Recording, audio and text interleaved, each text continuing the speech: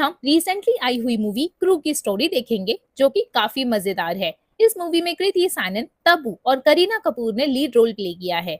Movie की शुरुआत में हम एयरपोर्ट का सीन देखते हैं जहां पर कस्टम ऑफिसर 3 एयर होस्टेस को अरेस्ट करके अपने साथ ले जाती हैं, जिनके नाम है गीता सेठी, दिव्या राणा और जैस्मीन।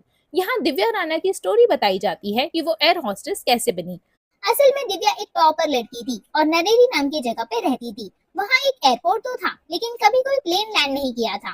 तो हमेशा से दिव्या का सपना था कि वो एक पायलट बने और प्लेन यहाँ पर लैंड करे। दिव्या ने पायलट बनने के लिए काफी मेहनत भी की थी और उसके घर वालों को यकीन था कि वो पायलट बन ही जाएगी। दिव्या की पढ़ाई के लिए उन्होंने लोन तक ले लिया था, पर किस्मत के चलते वो पायलट नहीं बन पाई। अब दिव्या की हिम्मत नहीं थी कि वो अपने घर वालों से सच बता सके कि वो पायलट नहीं बन पाई, तो वो एयर होस्टेस ही बन गई। लेकिन आज भी उसके घर वालों को यही लगता है कि उनकी बेटी पायलट ही है। अब दिव्या धीरे धीरे अपने पढ़ाई का लोन भी चुका रही है। इसके बाद हमें गीता सेठी की स्टोरी बताई जाती है कि गीता और उसके हस्बैंड काफी रिच फैमिली से थे। उनका सेठी किचन का एक अच्छा खासा बिजनेस था, लेकिन सेठी भाइयों की लड़ाई के चलते उनकी फाइनेंशियल कंडीशन खराब हो गई और उसे घर चलाने के लिए एयर होस्टेस की जॉब करनी पड़ी। उसे ये जॉब इजीली मिल जाती है क्योंकि वो पहले मिस करनाल रह चुकी थी।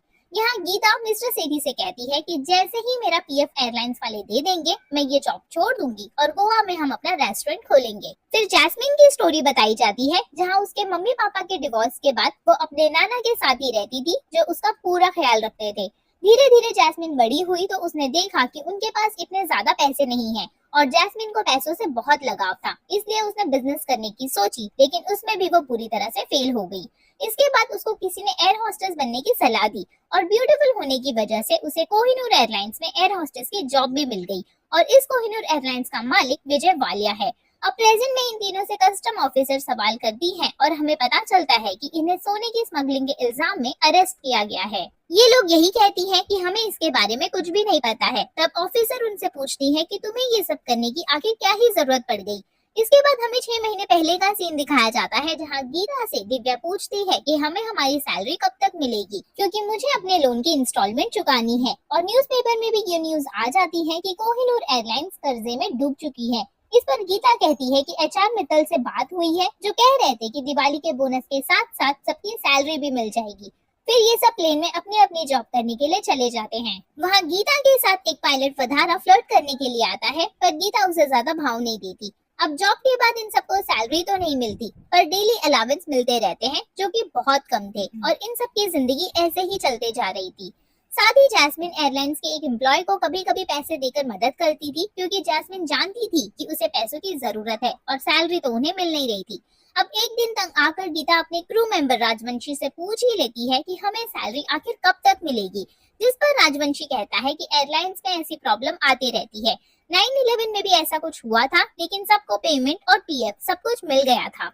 अब ये लोग प्लेन में अपनी जॉब कर रही होती है तो गीता राजवंशी को चाय देने के लिए आती है। वहाँ वो देखती है कि राजवंशी तो मर चुका है क्योंकि उसे सांस की प्रॉब्लम थी। तब वो अपने साथियों को बुलाती है और ये लोग डिसाइड करते हैं कि राजवंशी को सीपीआर देंगे, जिसके लिए दिव्या और जैस्मिन तो तैयार नहीं होती, लेकिन इंसानियत के नाते गीता ये काम करने के लिए तैयार हो जाती है। जैसे ही गीता राजवंशी की चेस्ट प्रेस करने के लिए शर्ट खोलती है तो उसकी आंखें खुली की खुली रह जाती हैं, क्योंकि राजवंशी बहुत सारे गोल्ड के बिस्किट्स की स्मगलिंग कर रहा था। अब ये तीनों मिलकर राजवंशी को क्रू की सीट पर बिठाने जाती है और जैस्मिन कहती है कि क्यों ना हम ये सारा सोना ले ले और जॉब छोड़कर अपनी लाइफ काफी अच्छे से जिएं। यहाँ जैस्मिन दोनों को लालच देने लगती है, लेकिन गीता कहती है कि मैं चोर नहीं हूँ और ना ही मुझे जेल जाना है, इसलिए गीता और दिव्या इसके लिए मना कर देती हैं। इसके बाद ये लोग राजवंशी की बॉडी और सोना कस्टम वालों को दे देते हैं। यही हम जयवीर नाम के एक कस्टम ऑफिसर को देखते हैं जो कि दिव्या को देखते ही स्माइल करता है और दिव्या जैस्मिन से बताती है कि ये दोनों बास्केटबॉल के टूर्नामेंट के दौरान मिले थे, जहां ये दोनों करीब आए, बट उसके बाद ये दोनों कभी नहीं मिले। अब जयवीर आकर दिव्या से बात करता है और उसका नंबर भी ले लेता है। वहीं इनका एचआर मित्तल राजवंशी की बॉडी के पास ही खड़ा होता है, जिसे गीता बुलाती है पर वो उसे इग्नोर कर देता है। और जब कस्टम वाले बात करते हैं तब हमें पता चलता है कि ये तो टोटल 12 किलो सोना था जो कि अलबुर्ज ले जाया जा रहा था। इसके बाद कस्टम वाले और भी ज्यादा एक्टिव हो जाते हैं। फिर यहाँ से ये तीनों अपने अपने घर आती हैं, तो हम देखते हैं कि तीनों के ही घर की कंडीशन कुछ ज्यादा अच्छी नहीं है। एक तरफ जैस्मिन अपने घर का भाड़ा भी ठीक से नहीं दे पा रही है, तो दूसरी तरफ दिव्या के पापा को लोन की इंस्टॉलमेंट देने के लिए अपनी ऑटो बेचनी पड़ी और गीता और उसके पति को भी कम पैसों में ही गुजारा करना पड़ रहा है। अब जैस्मिन के पास उसके नाना आते हैं जो कि उसे अपनी सोने की पुश्तैनी अंगूठी देते हैं और घर का भाड़ा भरने के लिए जैस्मिन बिना बताए वो अंगूठी बेच देती है।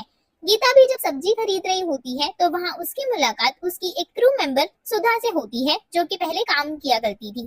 गीता सुधा से पूछती है कि मित्तल जी कहाँ है, वो हमारा फोन तक नहीं उठा रहे।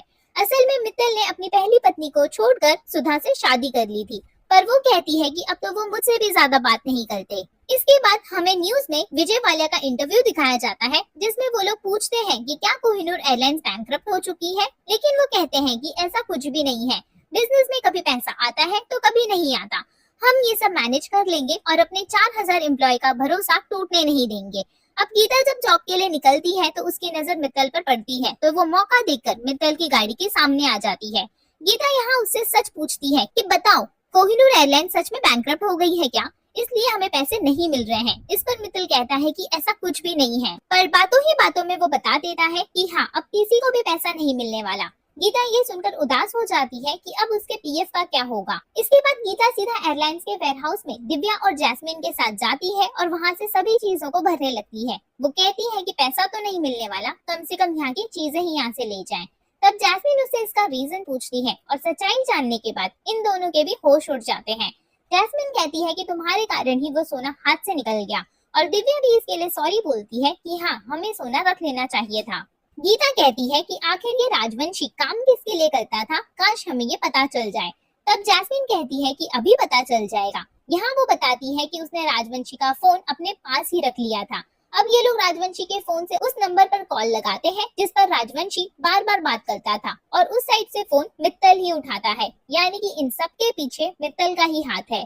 फिर ये तीनों मित्तल से जाकर मिलती हैं और उसे ब्लैकमेल करते हुए कहती हैं कि हम भी सोना एक्सपोर्ट करेंगे, हमें भी पैसा कमाना है। मित्तल यहाँ उन्हें एक कार्ड देता है जिस पर एक एड्रेस था। वो कहता है कि मुझे इस पर आकर मिलो। अगले दिन तीनों मित्तल के बताए हुए एड्रेस पर पहुंच जाते हैं और मित्तल उन्हें वहां सोने के बिस्किट्स देता है। वो कहता है कि अब इन्हें अलबुर्ज पहुंचाने की जिम्मेदारी तुम्हारी है। वो साथ ही कहता है कि वहां पहुंचकर गेट नंबर 2 से ही बाहर निकलना क्योंकि वहां मेरी सेटिंग है। मित्तल उन्हें यहाँ वार्निंग देता है कि ये लेकर भाग मत जाना क्योंकि मेरे पास तीनों की पूरी कुंडली है और राजवंशी का मामला अभी भी गर्म है, इसलिए इसे ले जाने का कुछ और तरीका सोचना। अब ये तीनों घर आकर सोना बाहर कैसे लेके जाएं, इसके बारे में सोच रही थी। तब दिव्या पूछती है कि लोग फॉरेन से सोना इंडिया लेकर आते हैं लेकिन यहाँ तो उल्टा ही हो रहा है, आखिर ऐसा क्यों?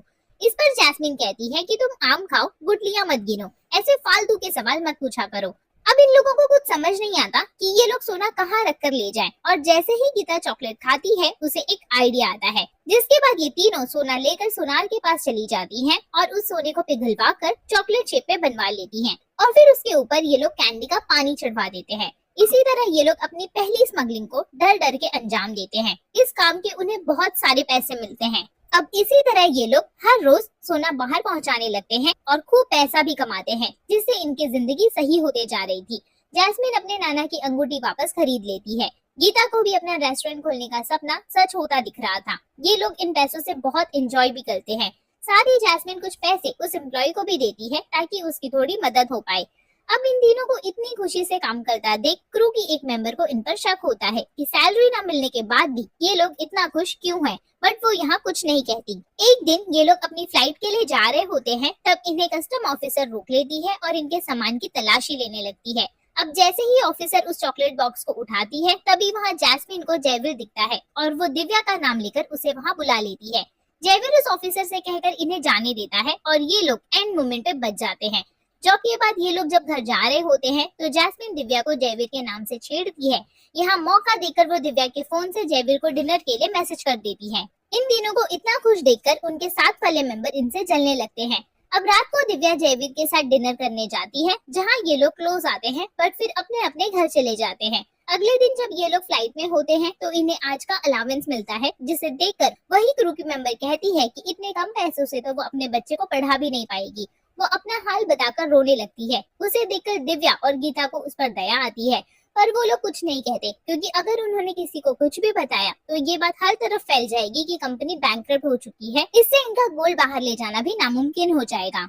अब कहानी प्रेजेंट में आती है, जहाँ कस्टम ऑफिसर बार बार सोने के बारे में पूछ रही होती है कि बुढ़े के मरने के बाद भी सोना अब भी अलबुर्ज में स्मगल किया गया है। मुझे इन सब के पीछे तुम लोगों का हाथ लग रहा है।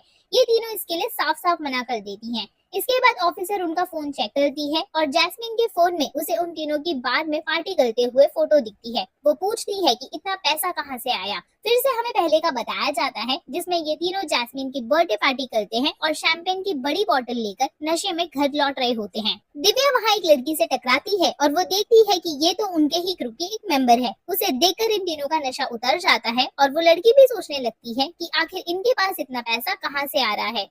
अगले दिन उसी कस्टम ऑफिसर को किसी का फोन आता है और उसे टिप मिलती है कि आज की फ्लाइट से सोना बाहर जाने वाला है। इसके बारे में वो जयवीर को बताती है कि ये 3 नाम टिप में मिले हैं। फिर हमें वो सीन दिखाया जाता है जो हमने मूवी के स्टार्ट में देखा था, जहां एक कस्टम ऑफिसर इन तीनों को अरेस्ट करके अपने साथ ले जा रही है। प्रेजेंट में ऑफिसर को इनके पास से कुछ नहीं मिलता, इसलिए उनका हेड आकर कहता है कि उन्हें जाने दो वरना इससे हंगामा हो जाएगा। ऑफिसर गुस्से में बाहर आती है और उसे गीता के बैग से चॉकलेट मिलती है और उसे याद आता है कि उस दिन भी इनके पास चॉकलेट थी। वो जल्दी से आकर उनके बैग से चॉकलेट का बॉक्स निकाल लेती है और ये देखकर तीनों ही डर जाती हैं। अब जैसे ही वो ऑफिसर चॉकलेट खाती है तो वो नॉर्मल चॉकलेट निकलती है, जिससे वो गुस्से में आ जाती है क्योंकि उसे ये लग रहा था कि इसमें सोना होगा। अब उनके खिलाफ कोई भी सबूत नहीं मिला था, इसलिए तीनों को ही छोड़ दिया जाता है। फिर हमें 6 घंटे पहले का सीन दिखाया जाता है जहाँ इनकी फ्लाइट लैंड करने वाली थी। तब कैप्टन दिव्या को बताता है कि आज शायद घर जाने में लेट होगा क्योंकि कस्टम वाले चेकिंग करने वाले हैं। तभी ये तीनों ही डर जाती हैं कि आज तो ये लोग बुरी तरह फंसने वाली हैं और इन्हें जेल हो जाएगी। लेकिन दिव्या को आइडिया आता है और वो सोना प्लेन के ही केबिन में छुपा देती है, इसलिए ऑफिसर को सोना नहीं मिला था।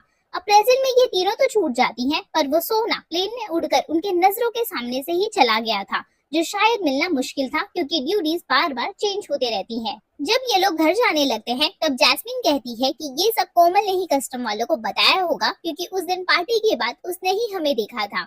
यहाँ किसी बात को लेकर दिव्या और जैस्मिन की लड़ाई हो जाती है और गीता दोनों को ही कार से उतारकर घर चली जाती है। दिव्या के फोन पर जयवीर के बहुत सारे कॉल्स आते हैं पर दिव्या उसे नहीं उठाती। अगले दिन जब दिव्या अपने फ्लाइट में थी तब वो क्रू के मेंबर्स को अपने बारे में बात करते हुए सुनती है और उसे ऐसा लगता है कि कहीं वो क्रिमिनल तो नहीं बन गई है। उसको ऐसा लगता है कि टॉपर हो के भी वो ये सब काम कर रही है। जब दिव्या एयरपोर्ट पर होती है तब उसे उसका भाई मिलता है जो दिव्या को एयर होस्टेस की ड्रेस में देखकर शॉक हो जाता है क्योंकि उसे तो यही लगता था कि दिव्या पायलट है। इसके बाद दिव्या उसे सब कुछ सच बता देती है तो वो कहता है कि जैसे चल रहा है वैसे चलने दो। अब कुछ दिन ऐसे ही बीतते हैं और एक दिन उसी फ्लाइट से सोना नीचे गिर जाता है जिसकी न्यूज हर चैनल पर दिखाई जाती है। अब ये देखकर गीता काफी डर जाती है कि अब उनका क्या होगा, पर मिस्टर सेठी कहते हैं कि डरने की कोई बात नहीं क्योंकि पुलिस वालों के पास सबूत नहीं है कि ये तुमने ही रखा था। इधर जयवीर न्यूज देखकर अपनी ऑफिसर से कहता है कि तुम्हारी टिप तो सही थी, लेकिन वो ऑफिसर कहती है कि अब क्या फायदा, वो तीनों तो बच के निकल गई हैं। फिर जयवीर से मिलने दिव्या आती है पर वो दिव्या पर ही भड़क जाता है और कहता है कि मुझे तुमसे कोई बात नहीं करनी। यहाँ जैस्मिन जब अपने घर जाती है तो वो देखती है कि उसके नाना जी उसे हमेशा के लिए छोड़कर चले गए हैं और वो पूरी तरह टूट जाती है। उसका साथ देने के लिए दिव्या और गीता आकर खड़ी हो जाती हैं। फिर कुछ दिनों बाद न्यूज आती है कि विजय वालिया हमेशा के लिए देश छोड़कर भाग गया है और किसी भी एम्प्लॉय को एक फूटी कौड़ी नहीं मिलने वाली, जिससे वो सभी एम्प्लॉय रोने लगते हैं। वहीं कोमल की बहस दिव्या और गीता से हो जाती है कि मैंने तुम्हें अपना समझा और तुमने हमें कुछ भी नहीं बताया। वो कहती है कि मैंने कस्टम वालों को तुम्हारे बारे में कुछ भी नहीं बताया था। ये सुनकर तीनों के ही होश उड़ जाते हैं। फिर जाते समय जैस्मिन सोचती है कि जब कोमल ने कस्टम वालों को कुछ नहीं बताया तो फिर कौन बता सकता है। उसे उसी वक्त कस्टम ऑफिसर की बात याद आती है जो कह रही थी कि मेरी जासूस इनके जैसे ही एयर होस्टेस रह चुकी है। यहाँ गीता को याद आता है कि जरूर ये काम मित्तल की बीवी सुधा ने ही किया होगा और ये तीनों जाकर सुधा को पकड़ लेती हैं। फिर सुधा इन्हें सच बताती है कि मित्तल ने अब मुझे भी छोड़ दिया है और उसने बाहर एक फॉरेनर के साथ में सेटिंग कर ली है, इसलिए मैंने गुस्से में आकर कस्टम वालों को इन्फॉर्मेशन दे दी ताकि मित्तल पकड़ा जाए, लेकिन इसका कुछ भी फायदा नहीं हुआ। तब गीता पूछती है कि इतना सोना मित्तल के पास आया कैसे, और सुधा बताती है कि ये मित्तल का नहीं विजय वालिया का सोना है जिसे तुम लोगों ने ही खुद बाहर पहुँचाया है। विजय वालिया भी मौका देकर विदेश भाग गया। ये सुनकर इनके होश उड़ जाते हैं कि कुछ पैसों के लिए इन्होंने अपने ही पैर पर कुल्हाड़ी मार ली। ना तो ये लोग विजय वालिया का सोना बाहर ले जाते, ना तो वो यहाँ से भागता। अब सुधा बताती है कि अगले हफ्ते तो वो अपनी बेटी की ग्रैंड वेडिंग भी करने वाला है। अब शाम के वक्त ये तीनों एक जगह पर मिलते हैं और दिव्या बताती है कि मैंने हिसाब लगाया है कि हमने 3000 करोड़ का सोना बाहर पहुँचाया है, जिस पर गीता कहती है कि हम ही ये सोना लेकर भी आएंगे और इसके लिए ये तीनों तैयार हो जाती हैं। अब अगले दिन ये तीनों विजय वालिया से सोना लूटने के लिए अलबुर्ज पहुंच जाती हैं और वहां हर रोज विजय वालिया पर नजर रखती हैं। जहाँ विजय वालिया रुका था, इन्हें उस होटल के बारे में भी पता चल जाता है जहाँ ये लोग मित्तल को भी देखते हैं। मित्तल के पास वही सोने का भरा हुआ बैग था जो विजय वालिया को वो दे देता है। गीता कहती है कि वालिया ने सोना यहीं पर रखा है तो हमें यहीं स्टाफ की नौकरी करनी पड़ेगी, जिसके बाद गीता एक आदमी को कांटेक्ट करके थोड़े पैसे खिलाकर यहाँ स्टाफ में भर्ती हो जाती है। अब ये तीनों आगे की प्लानिंग करती हैं कि ये सोना निकाल कर कैसे लाएंगे, लेकिन यहाँ एक प्रॉब्लम थी कि पूरे ही होटल में सब जगह कैमरे ही लगे हुए थे। तब दिव्या सीधा अपने भाई को कॉल करती है जो हैकिंग में एक्सपर्ट है और वो कैमरा हैक करने के लिए मान जाता है। इन सब कामों के लिए दिव्या को सर्वर की इंफॉर्मेशन अपने भाई तक पहुंचानी थी, जिसे वो स्टाफ बनकर हासिल कर लेती है और उसका भाई हैक करने के काम में लग जाता है। इसके बाद गीता को एक लेडी से पता चलता है कि इस होटल के रूम का पासवर्ड और कार्ड बस रूम ओनर के पास ही होता है और हम बिना कार्ड के गेट नहीं खोल सकते, यानी अब इन्हें वालिया के रूम में जाने के लिए उसका कार्ड भी निकालना होगा। तब जैस्मिन कहती है कि मुझे वालिया के साथ 2 मिनट भी मिल जाए तो मैं उसका कार्ड चुरा लूंगी, पर वो मुझे अपने पास भी भटकने नहीं देगा। लेकिन उनके पास एक और आइडिया था। अगले दिन ये लोग जाकर सीधा मित्तल से मिलते हैं और उसे भड़काने लगते हैं कि मेहनत तुम्हारी थी लेकिन सारा सोना वालिया ले गया। वो लोग मित्तल को 7% कमीशन का लालच देकर वालिया से कार्ड लाने के लिए कहती हैं। इसके लिए मित्तल भी मान जाता है। अब रात को वालिया की बेटी की पार्टी होती है जहाँ गीता और दिव्या स्टाफ बनी हुई थी। जैस्मिन एक आदमी से दोस्ती करके पार्टी में आ जाती है। फिर ये लोग यहाँ कैसे भी करके वालिया से उसका कार्ड ले लेते हैं। यहाँ दिव्या भी अपने भाई की हेल्प से होटल के सारे कैमरे खराब करवा देती है और फिर ये तीनों ही वालिया के रूम में पहुंचते हैं। जैसे ही ये तीनों सामने रखे हुए सूटकेस को खोलते हैं तो इनके होश उड़ जाते हैं क्योंकि तीनों ही बैग खाली थे। इनका प्लान फेल हो जाता है और वही वालिया की बेटी आ जाती है और ये बचकर वहां से भाग जाती हैं। अब बाहर उदास बैठकर ये कहती हैं कि अब हम कुछ नहीं कर सकते, हमें घर लौट जाना चाहिए। इसके 2 दिन बाद वालिया अपनी बेटी और दामाद के साथ सारा सोना लेकर किसी दूसरे देश जाने के लिए निकलता है और प्लेन में हम देखते हैं कि उनकी खातिरदारी के लिए गीता और जैस्मिन पहले से ही मौजूद हैं। यहाँ हमें फ्लैशबैक का सीन बताया जाता है जब गीता ने कहा था कि हमें वापस लौट जाना चाहिए। उसी समय जैस्मिन एक टैब निकालती है जो उसने वालिया के रूम से उठाया था। उससे इन्हें पता चलता है कि वालिया ये देश छोड़कर किसी आइलैंड पे जा रहा है और ये लोग प्लान बनाते हैं कि ये लोग प्लेन से ही सोना चुराएंगे।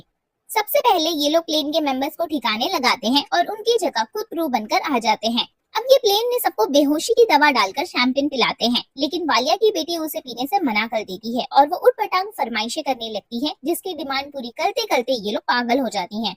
फिर थोड़ी देर में सारे लोग बेहोश हो जाते हैं, पर वालिया की बेटी ने तो कुछ पिया ही नहीं था तो वो होश में थी। अब थोड़ी देर में उसके सोने के बाद ये लोग जल्दी से जाकर वालिया का बैग चेक करते हैं तो सारा सोना उसी में होता है। ये देखकर ये लोग काफी खुश हो जाते हैं। उसी समय पीछे से वालिया की बेटी आ जाती है और वो अपने पापा को जगाने लगती है, पर दवाई की वजह से कोई नहीं उठता और ये लोग उसकी बेटी को बांध देते हैं। जैस्मिन और गीता उन बैग्स को बंद करके ले जाने की तैयारी करती है। यहाँ वालिया की बेटी किसी तरह से प्लेन उड़ाने वाले कैप्टन को कांटेक्ट करती है और हमें बताया जाता है कि प्लेन उड़ाने वाला कोई और नहीं दिव्या ही है। फिर हमें फ्लैशबैक में बताया जाता है कि वालिया के प्लेन का कैप्टन वही आदमी है जो गीता के साथ फ्लर्ट करते रहता था। इसलिए गीता उससे मिलने जाती है और उसे बेहोश करके बंद कर देती है और उसकी जगह दिव्या आ जाती है। प्रेजेंट में जब प्लेन को लैंड करने की बारी आती है तो दिव्या काफी डर जाती है क्योंकि उसे प्लेन उड़ाना तो आता था लेकिन लैंड करना नहीं आता था। वो गीता के कहने पर प्लेन लैंड करने के लिए बुक पढ़ने लगती है और वो रनवे देखकर प्लेन को बड़ी ही मुश्किल से लैंड करती है। यहाँ दिव्या को पता चलता है कि ये तो उसी का गांव है और वो देख पाती है कि ये तो उसी के गांव का रनवे है जहाँ वो कभी प्लेन लाना चाहती थी। इसके बाद ये तीनों सोना लेकर वहाँ से चली जाती है और वालिया उन्हें देखता रह जाता है पर कुछ नहीं कर पाता। थोड़ी देर बाद वहाँ पर पुलिस और कस्टम वाले आ जाते हैं। वो लोग वालिया को अरेस्ट कर लेते हैं और सोना भी जब्त कर लेते हैं। इन तीनों ने पहले ही जयवीर से डील कर लिया था। बाद में हमें बताया जाता है कि इन तीनों ने वालिया के बैग से पहले ही सोना निकाल लिया था जिसको ये लोग क्रू मेंबर्स में बांट देते हैं। मित्तल को भी उसका हिस्सा मिल जाता है जो कि सुधा के पास वापस लौट जाता है। जयवीर और दिव्या की भी लव स्टोरी शुरू हो जाती है जिसके बाद ये मूवी यहीं पे एंड हो जाती है। आई होप आपको आज की ये मूवी पसंद आई हो। प्लीज इस वीडियो को लाइक एंड शेयर करें, मेरे चैनल को सब्सक्राइब करें and hit the bell icon. Thank you for watching.